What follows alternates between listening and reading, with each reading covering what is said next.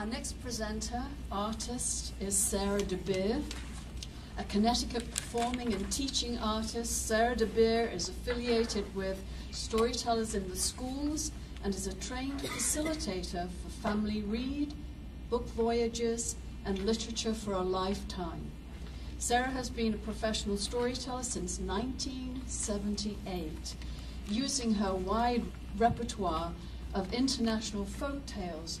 She tells stories that tie in with studies of science, social studies, and language arts. Today, she's telling a story she collected while on a traveling fellowship in Ireland. She will then demonstrate how she would use the images from this story with fifth graders to explore figurative language. Sara deBeer. I'm just going to tell you a little from the beginning and then kind of summarize the next part of the action and give you kind of a big central part of the action and then kind of summarize and take us to the end pretty quickly. There were once 3 brothers. 2 of the brothers were very clever, very handy. Anything they tried to do, they did fast and they did well. But the youngest brother was another sort altogether. It took him a long time to get things done, and his brothers never gave him enough time. And so they said he couldn't do anything right. Now the 3 of them lived in a kingdom where there was a king who had a daughter.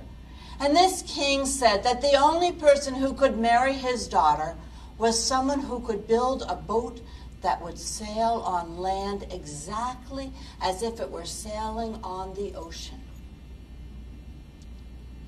Well, the 2 older brothers are convinced that they can do this, but they fail.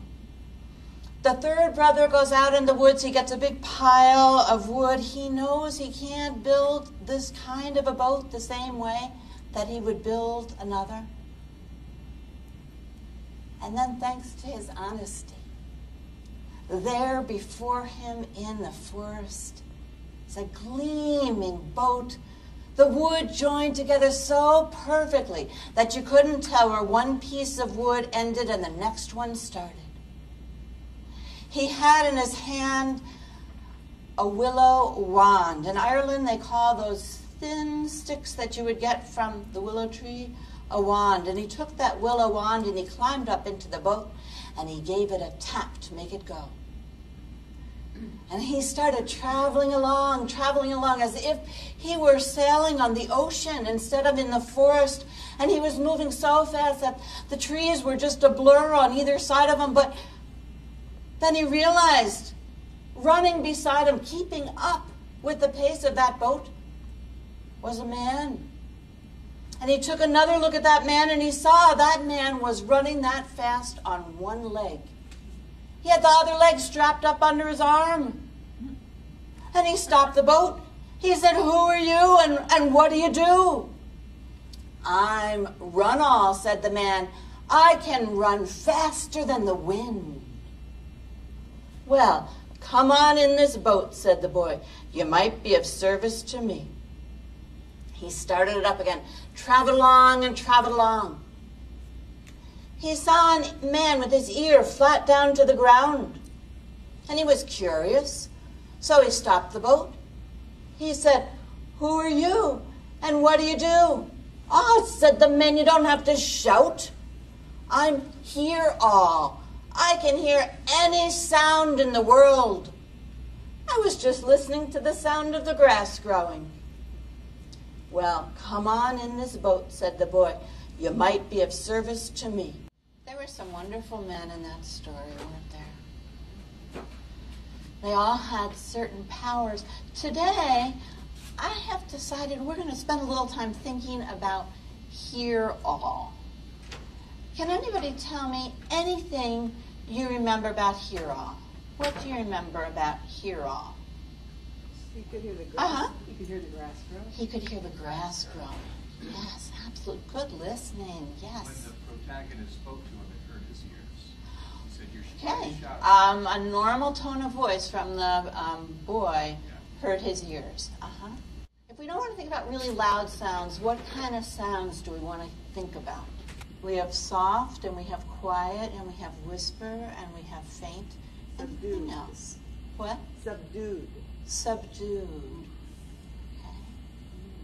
We're going to start off with the word as. As soft as, or you could say as quiet as faint as, as whispery as the wind. Okay? So let's try that. I can hear anything in the world. I can hear sounds as whispery as the wind. Now we're going to do it again as a group.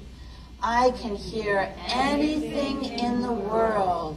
I can hear sounds, and I'll do this part, as quiet as a mouse. I can hear anything in the world. I can hear sounds as subdued as the night. I can hear anything in the world. I can hear sounds as soft as a caterpillar's footsteps.